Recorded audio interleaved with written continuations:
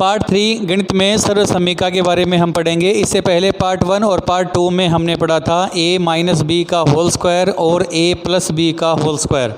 Revision करें, देखिए फटाफट एक बार फिर से उन्हें याद करने की कोशिश करें। a प्लस बी का होल स्क्वायर या फिर a माइनस बी का होल स्क्वायर, जिनका उत्तर था पहली संख्या यानी कि a का स्क्वायर प्लस दूसरी संख्या यानी कि b का स्क्वायर प्लस और माइनस दोनों संख्याओं को 2 से गुणा करना यानी कि 2ab। यहाँ चिन्ह सेम रहेगा, चाहे वो प्लस की सर्व समीका हो या माइनस की हो। यहाँ 2ab के आगे चिन्ह बदल जाएगा सिर्फ। यदि प्लस का हो तो ये प्लस हो जाएगा और यदि माइनस हो तो माइनस हो जाएगा, और सब सेम रहेंगे। ये दो सर्व समीकाओं के बारे में हमने पढ़ा था। a प्लस बी का होल स्क्वायर बराबर a square plus b square plus 2ab और a माइनस बी का होल स्क्वायर बराबर a square plus b square minus 2ab। आज है सर्व समीका number 3, a square minus B square. यदि दोनों संख्याओं पर स्क्वायर हो और बीच में यदि माइनस का चिन्ह हो तो हल कैसे करें, उनके बारे में पढ़ेंगे। इसके अलावा दोनों पक्षों में यदि यानी कि दोनों सर्व समीका के पक्ष हैं वो दिए जा सकते हैं। जैसे इसका हल करना चाहें तो इसका हल होगा a plus B a minus B, यानी कि जब कोई दो संख्याएं एक जैसी हो, उन्हें आपस में गुणा करना हो और एक में बीच में प्लस का चिन्ह हो और एक में बीच में माइनस का चिन्ह हो, तो उनका उत्तर होता है पहली संख्या का वर्ग करो माइनस दूसरी संख्या का वर्ग करो। एक बार फिर से याद दिला दें, देखें क्या अंतर होता है इनमें। तीनों सर्व समीकाओं के बारे में बात कर रहे हैं। पहली थी a plus B into A plus B यानी कि a प्लस बी का होल स्क्वायर। दूसरी थी a minus B into A minus B यानी कि a माइनस बी का होल स्क्वायर। और तीसरी सर्व समीका है a minus B into A plus B, यानी कि जब दोनों में प्लस हो, दोनों में माइनस हो या फिर दोनों में अलग अलग चिन्ह हो, तो उसके बारे में हम पढ़ेंगे।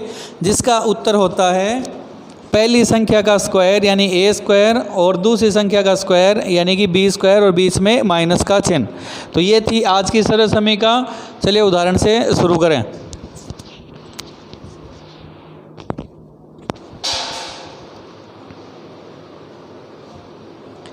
मान लीजिए LHS और RHS दोनों पक्षों में से कोई भी एक पक्ष दिया हो, तो दोनों के उदाहरण देखें।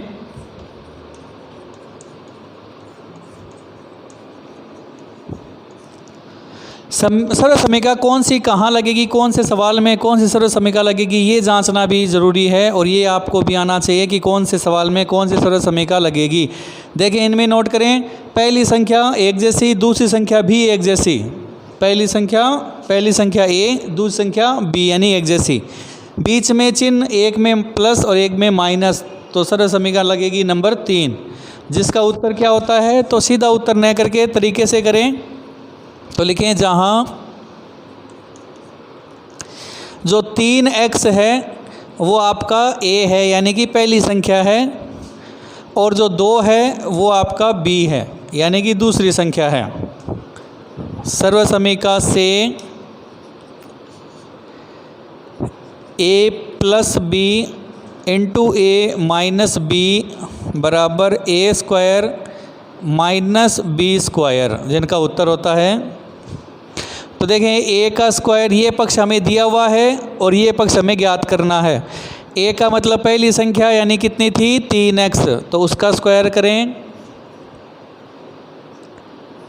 बीच में लगाएं चिन्ह माइनस का, और फिर b यानी कि 2, तो उसका स्क्वायर करें।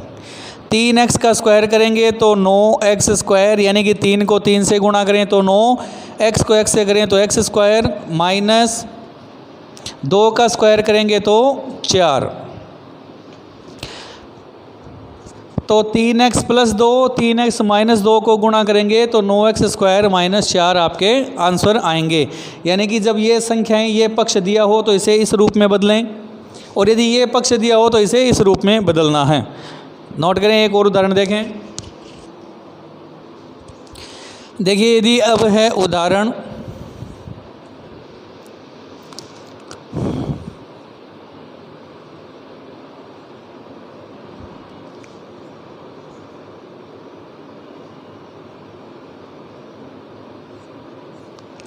9x² minus 4y²। सरल समीकरण की जांच करें। a का स्क्वायर यानी पहली संख्या में भी यदि वर्ग हो, दूसरी संख्या में भी वर्ग हो, तो ये बायां पक्ष दिया हुआ है, ये हमें हल दाएं पक्ष के अनुसार करना है। देखें यहाँ a² है और ये a है, इसका मतलब पहली संख्या का वर्गमूल निकालना है। जहाँ a² यानी पहली संख्या का वर्ग है 9x², तो देखें हमें निकालना है सिर्फ a² का वर्गमूल करें तो a, और 9 का वर्गमूल करें तो 3,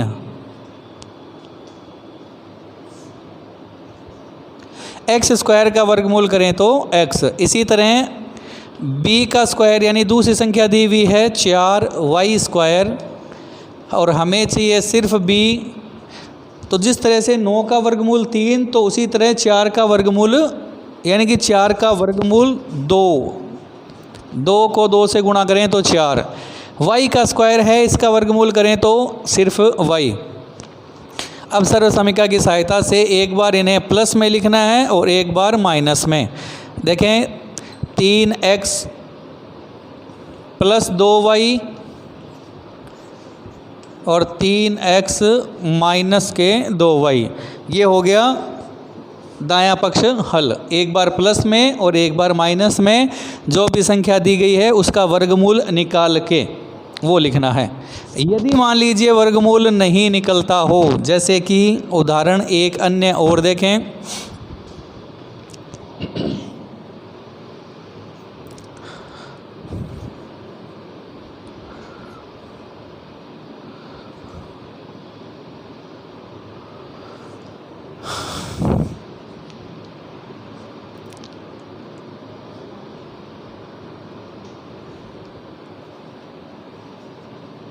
चलिए सिर्फ 8 लगा देते हैं एक बार आपको समझाने का। 18x² - 8, दोनों में ही यदि वर्गमूल पूरा नहीं निकलता, जैसे 18 का वर्गमूल पूरा नहीं निकलता, उसी तरह 8 का वर्गमूल भी पूरा नहीं निकलता हो, तो क्या करना है, कॉमन लेना है। पहले 18 और 8 2 के पाड़े में आते हैं, इसे 2 से कॉमन करेंगे इसे, तो 9x² और यहाँ हो जाएगा 4। अब 9 का वर्गमूल भी निकल जाता है और 4 का भी। 9 का वर्गमूल 3 और x² का x, और 4 का निकालेंगे तो 2। एक बार इन्हें प्लस में लिखना है और एक बार इन्हें माइनस में लिखना है। तो यदि मान लीजिए वर्गमूल पूरे नहीं निकलते हो तो क्या करना होगा, कॉमन ले लें पहले बाहर, और वही संख्या इन दोनों के आगे भी लगेगी। अर्थात इनके गुणनखंड लिखेंगे या टुकड़े लिखेंगे तो इन्हें इस तरह लिखना है।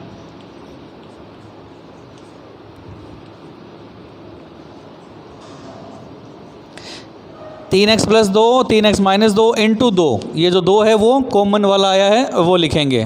तो ये था आज का विषय सरल समीकरण नंबर 3, a² - b², जिसका उत्तर होता है एक बार प्लस एक बार माइनस, यानी कि एक बार a + b और एक बार a - b।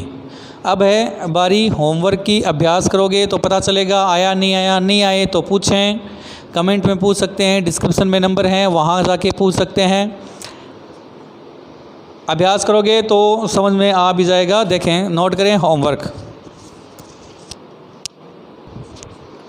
ये है होमवर्क 5 क्वेश्चन आज की सरल समीकरण यानी कि नंबर 3 सरल समीकरण a² - b², जिसका उत्तर होता है a + b a - b के अनुसार हल करना है।